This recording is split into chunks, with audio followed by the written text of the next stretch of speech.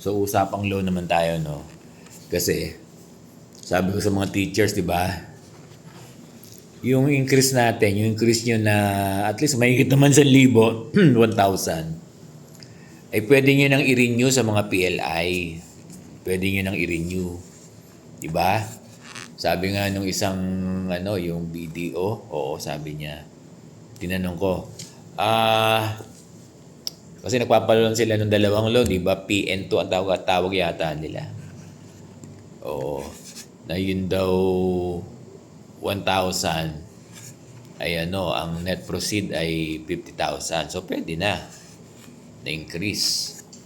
Malamang ganyan din naman yung mga computation sa ibang sa ibang mga lending bank, no? Na yung 1,000 ay ang net proceeds ay 50,000. Ngayon, na-confuse lang ako kasi sabi ng mga teacher, Sir, yung pong increase namin, matagal na namin na-advance. What do you mean? Nagpalo na yung mga PLI? Ang hinahanap dyan, payslip, no? O paano na-i-advance? Ayun. Posible kasi na hindi sa mga PLI na na salary deduction. Malamang na-advance yun na yan, yung Sanla ATM. Na? Ayun, tinake advantage ng mga Sanla ATM yung increase nyo. So, kung maglo-loan kayo sa PLI at ikakaltas ng PLI yan, di ba? Wala nang makukuha doon sa ATM nyo yung yung pinagsanla ng ATM.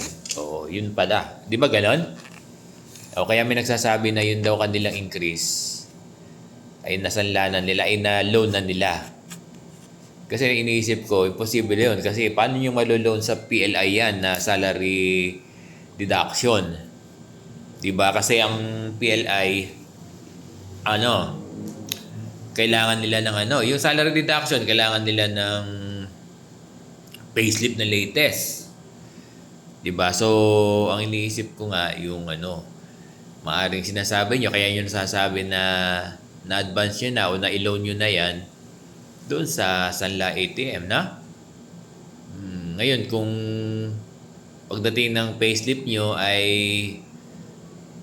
maglo-loan kayo na salary deduction, ang nangyayari niyan, kapag kinaltas ng PLI, so di ba, nagiget nyo na salary deduction, yung pinagsanlaan nyo na in-advance nyo, wala na siya makukuha. Parang ganun yan, Tama ba ako? Oo, so ganun palang pagkakaintindi ko. Ganun yung pagkakaintindi ko. Tama ba, Sir Bong? Na kaya nyo na-advance? Yung increase?